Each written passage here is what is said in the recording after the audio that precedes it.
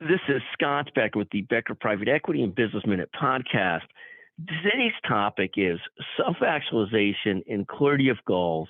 And this comes out of several discussions, one of which was today with Justin Breen, but something we talk about regularly and we think is so important. The term, the concept of self-actualization is an old psychological term coming out of the writings and the studies and the research of Abraham Maslow, Dr. Maslow, talking about self-actualization being sort of the highest level of self.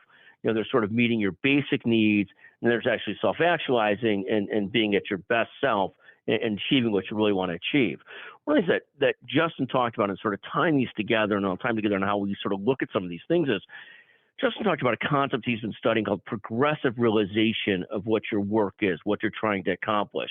This concept of trying to tie together clarity of goals, progressive realization, and self-actualization. And I view this as a really challenging and interesting subject because many of us go through life where at certain periods of time, we're so clear about what we're trying to accomplish.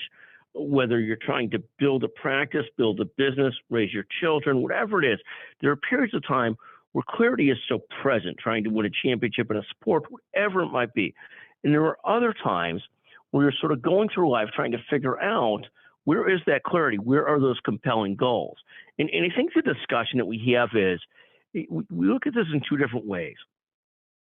It's worth putting the time in the investment in, to try and clarify what your goals are. And that's not easy to do. And sometimes you can put a pen to paper, sometimes you can talk to a ton of people. And regardless of what you do, none of the goals really resonate with you and feel that clear. So that's one period of life. There are other periods of life where you're very clear about what you're trying to achieve. And those are very, very powerful periods of life. That clarity of what you're trying to do, or what Justin talks about from a readings he had done with Earl Nightingale, famous sort of motivational speaker, around progressively realizing what you're trying to be great at. We view this as sort of in three stages, and bear with me on this. This concept of clarity of goal, self-actualization, progressive realization, I view it in sort of a three-step process towards self-actualization. And I'll go down the ladder. So the top level, I would say, is that you're very active and you have great purpose and clarity about what you're trying to achieve. And that's sort of as close as I think you'll get to self-actualization. You're both busy and you're busy with purpose.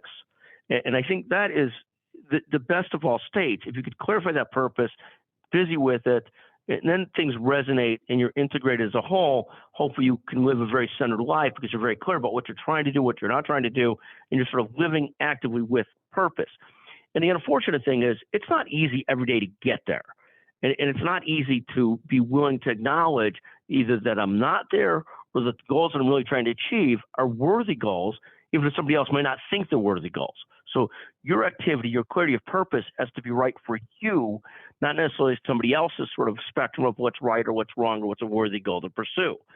The second concept is just being active and busy. And again, from a self-actualization perspective, this is not ideal, it's not optimal, it's not self-actualization. You're busy, you're active, hopefully you're still supporting your family, doing what you have to do, taking care of your children, whatever it is that in your life that you have to do.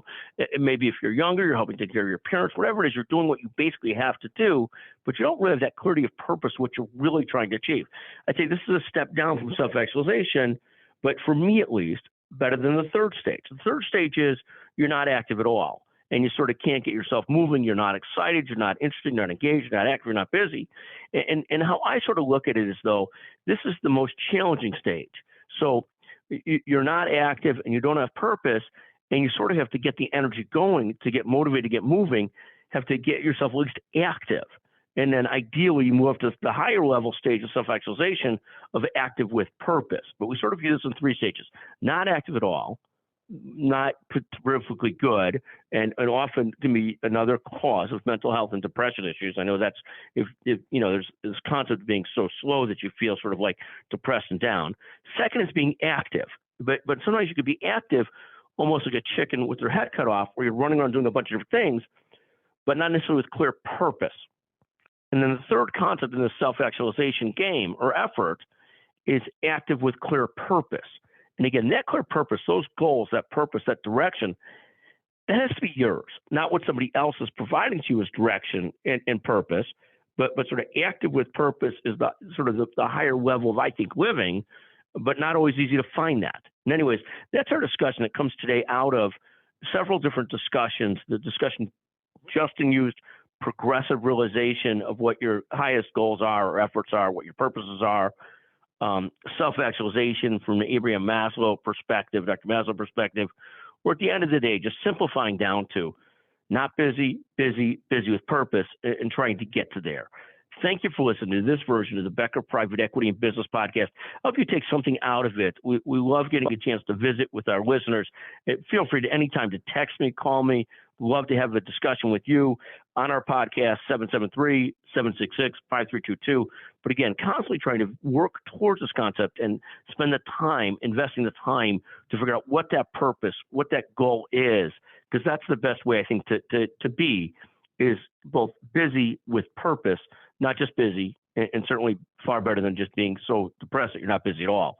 Thank you for listening to the Becker Private Equity and Business Minute podcast. And thank you to our wonderful producer, Chanel Bunger, who's with us today. Thank you very much, Chanel. Thank you.